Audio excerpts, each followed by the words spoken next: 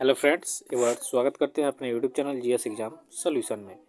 और दोस्तों, आज के इस वीडियो में बहुत ही खास होने वाला है क्योंकि डेली आपको 11 बजे सुबह में आपको एसएससी जी एमटीएस जो हवलदार का इस समय चल रहा है भर्ती प्रक्रिया वाला, ठीक है, नोटिफिकेशन आया हुआ है।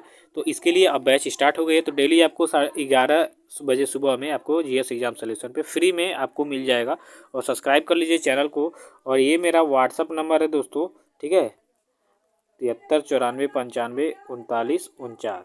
इसमें क्या है कि आपको इससे ये जो आपको डेली में पढ़ाऊँगा इसका वो जो प्रैक्टिस करना चाहते हैं घर पे, तो आपको मिल सकता है पीडीएफ, ठीक है। तो मॉक टेस्ट ये 3 रहेगा। इससे पहले भी 2 मॉक टेस्ट दिया जा चुका है, तो आप जाके प्ले लिस्ट में जा सकते हैं, देख सकते हैं, प्ले लिस्ट मैंने बना दी है। तो चलिए दोस्तों, आज के प्रश्नों को स्टार्ट करेंगे। दोस्तों, आज का पहला प्रश्न है कि निम्नलिखित में से किस ग्रह के सर्वाधिक उपग्रह है। अब देखिए, ये वेरी मस्ट इंपॉर्टेंट क्वेश्चन है।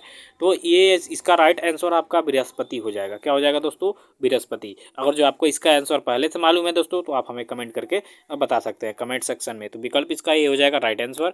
नेक्स्ट क्वेश्चन देखेंगे दोस्तों कि इडुक्की परियोजना किस नदी पर स्थित है। अब देखिए, अभी आपका मोस्ट इंपॉर्टेंट क्वेश्चन है और मैंने सभी जो 25 क्वेश्चन रहेंगे इस सभी के सिलेक्टेड और इम्पोर्टेंट क्वेश्चन लिया हूँ मैं। तो इसका जो राइट आंसर होगा दोस्तों, ये पेरियार नदी हो जाएगा। क्या हो जाएगा? पेरियार नदी। तो इसका जो विकल्प आपका बी दिख रहा है, यही क्या हो जाएगा? सही उत्तर हो जाएगा। ठीक है मित्रों, चलिए तीसरे नंबर का प्रश्न देख लेंगे कि उकाई परियोजना किस नदी पर स्थित है। अब देखिए, उकाई परियोजना यहाँ पूछ रहा है। तो उकाई जो परियोजना है दोस्तों, वह आपके ताप्ती नदी पर स्थित है। अभी इसके ऊपर जो परियोजना थी इडुक्की परियोजना, उसका कौन सी नदी थी? तो पेरियार नदी थी, ठीक है। लेकिन उकाई परियोजना जो है ये आपके ताप्ती नदी पे स्थित है। तो विकल्प इसका सी होगा राइट आंसर।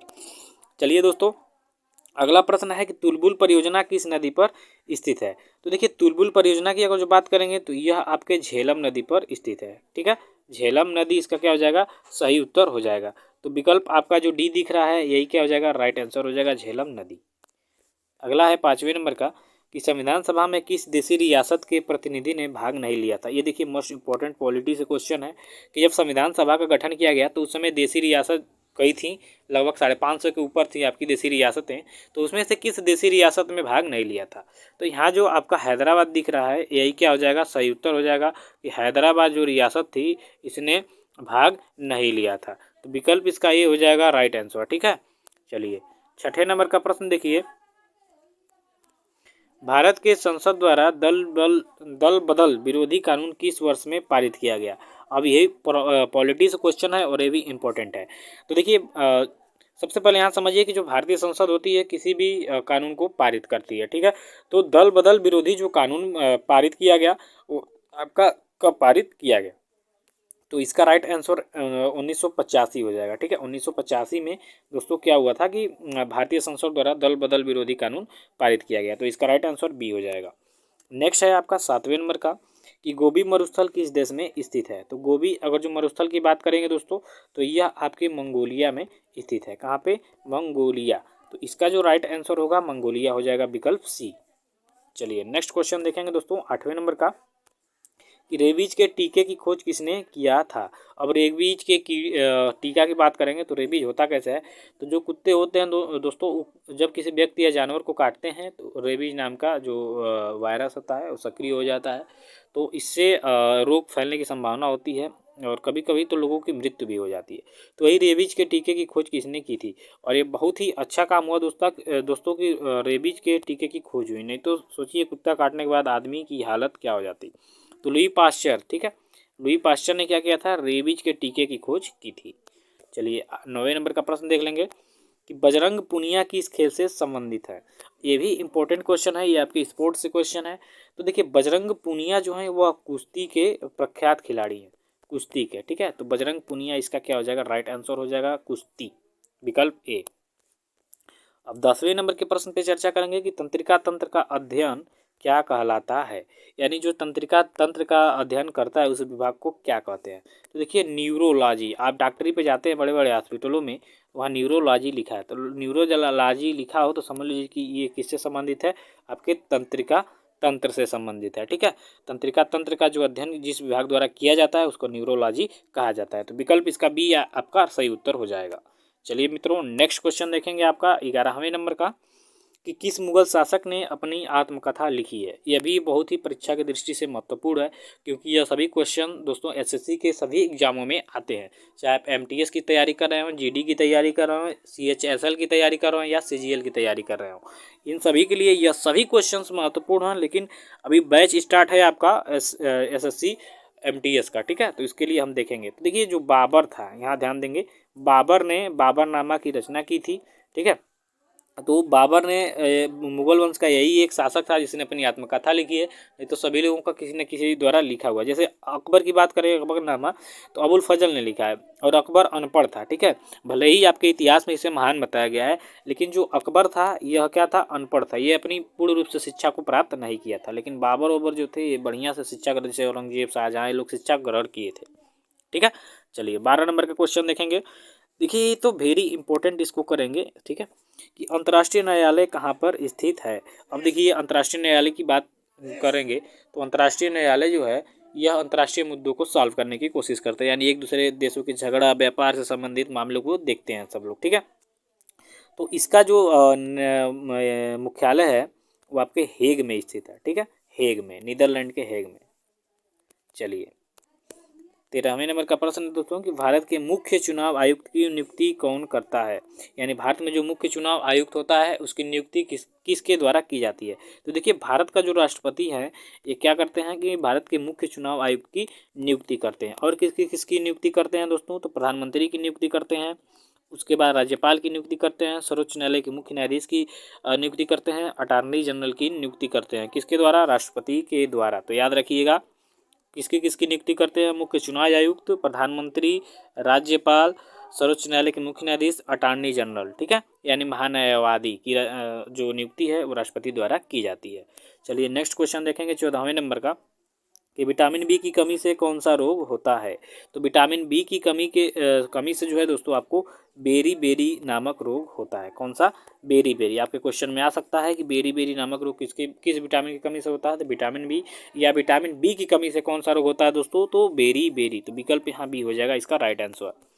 अगला क्वेश्चन है आपका कि कागज का आविष्कार किस देश में हुआ था। अब देखिए ये भी इंपॉर्टेंट क्वेश्चन है कि कागज जो हम लोग जिस पे लिखते पढ़ते हैं, जैसे किताबें छपती हैं, अखबार पढ़ते हैं, इस कागज का आविष्कार किस देश में हुआ था। तो चीन में हुआ था दोस्तों। कहाँ पे हुआ था, चीन में। तो विकल्प यहाँ आपका सी होगा सही उत्तर, चीन। अगला है 16 नंबर का कि विश्व की सबसे व्यस्त व्यापारिक नदी कौन है। ये देखिए ये भी आपका बहुत ही इंपॉर्टेंट क्वेश्चन है।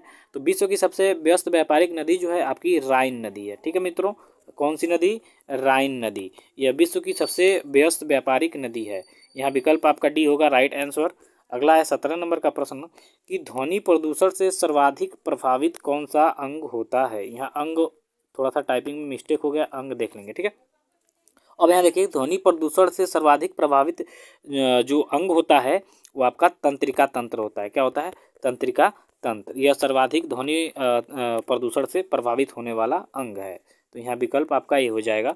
अगला है 18 नंबर का प्रश्न दोस्तों कि श्रीनगर किस नदी के किनारे बसा हुआ है। अब देखिए ये भी आपका इंपॉर्टेंट क्वेश्चन है। तो श्रीनगर जो है आपका झेलम नदी के तट पर स्थित है। तो इसका राइट आंसर आपका विकल्प बी हो जाएगा, ठीक है, झेलम नदी। झेलम नदी के तट पे आपका श्रीनगर बसा हुआ है। अगला है, और श्रीनगर को बसाया कौन था दोस्तों, याद कर लीजिएगा कि अशोक ने, सम्राट अशोक जो था। अगला है काला कानून की उपाधि किसे दी गई है, यानी काला कानून किसे कहा गया है। ये आधुनिक भारत का प्रश्न है। तो देखिए जो रॉलेट एक्ट था 1919 में, ठीक है, उसे के विरोध में उसे काला कानून कहा गया था। तो ये आपका रोलेट एक्ट हो जाएगा, ठीक है। 1919 या 1918 में ऐसे कुछ रोलेट एक्ट आया था, ठीक है। तो रोलेट एक्ट हो जाएगा इसका राइट आंसर। काला कानून इसे कहा गया है। उसके बाद 20वें नंबर का प्रश्न है दोस्तों, गंगा नदी को बांग्लादेश में किस नदी के नाम से जाना जाता है। अब देखिए ये तो वेरी इंपॉर्टेंट है यार, ये तो क्वेश्चन बहुत सारे पूछे, कई बार एग्जाम में पूछ चुका है। तो पद्मा के नाम से जाना जाता है इसको बांग्लादेश में, किसको, गंगा नदी को, ठीक है। यहाँ विकल्प आपका डी हो जाएगा। 21 नंबर का प्रश्न देखेंगे कि अयोध्या किस नदी के किनारे बसा हुआ है। अब देखिए अयोध्या इसलिए प्रसिद्ध है क्योंकि हाल ही में शालिग्राम से पत्थर लाए जा रहे हैं राम जी और सीता जी के लिए, मंदिर के लिए, जिससे मूर्तियां बनेंगी। आपके नेपाल से आ रहा है, लगभग 6 करोड़ वर्ष पुराना पत्थर आ रहा है, तो इसलिए अयोध्या खास है। तो अयोध्या किस नदी के तट पे स्थित है मित्रों, तो सरयू नदी के तट पे। किस नदी के तट पे मित्रों, सरयू नदी। विकल्प ये इसका हो जाएगा सही उत्तर। अगला क्वेश्चन देखेंगे 22 नंबर का कि लोनार झील कहाँ पर स्थित है। तो देखिए लोनार झील है जो आपके महाराष्ट्र में स्थित है और ये उल्का पिंड के गिरने से बना हुआ है, ठीक है। और इसी का रंग गुलाबी हो जाता है, ये आपके महाराष्ट्र में स्थित है। अगला है 23 नंबर का कि नींबू में किस विटामिन की प्रचुरता या अधिकता होती है। तो आप लोग सभी लोग जानते हैं कि विटामिन सी जो है नींबू में प्रचुर मात्रा में पाई जाती है। तो विकल्प यहाँ आपका सी हो जाएगा सही उत्तर, ठीक है मित्रों। चलिए 24 नंबर के प्रश्न को देखेंगे कि विश्व पर्यावरण दिवस कब मनाया जाता है। तो विश्व पर्यावरण दिवस की अगर जो बात करेंगे तो ये 5 जून को मनाया जाता है और ये बहुत ही खास प्रश्न है, ठीक है, ये भी इम्पोर्टेंट करेंगे। चलिए नेक्स्ट क्वेश्चन है 25 नंबर का दोस्तों कि अमेरिका का राष्ट्रीय खेल कौन सा है। तो अमेरिका का राष्ट्रीय खेल है आपका बेसबॉल। क्या है? बेसबॉल। तो बेसबॉल इसका राइट आंसर हो जाएगा विकल्प ए। तो मित्रों आज के लिए बस इतना ही, मिलते हैं नेक्स्ट वीडियो में। रात को 8 बजे आप लोग एसएससी जीडी सीएचएसएल सीजीएल और एमटीएस के स्टैटिक जीके के लिए तैयार रहिएगा, ठीक है। क्विज कराया जाएगा उसका। और एक बात और जो मैं नंबर दे दिया हूँ व्हाट्सअप करेंगे तो हाई करके, और मैं जो भी वीडियो भेजूँगा उसको सॉल्व करके, और क्या करना है उसका जिस पे भी आप सॉल्व करिएगा विकल्पों का फ़ोटो खींच के हमारे मोबाइल पे व्हाट्सअप पे भेज देंगे, ठीक है। तो समीक्षा की जाएगी कि आपने कितना स्कोर किया और सभी लोग ईमानदारी से कार्य करेंगे। तब तक के लिए धन्यवाद, मिलते हैं नेक्स्ट वीडियो में। थैंक यू सो मच मित्रों।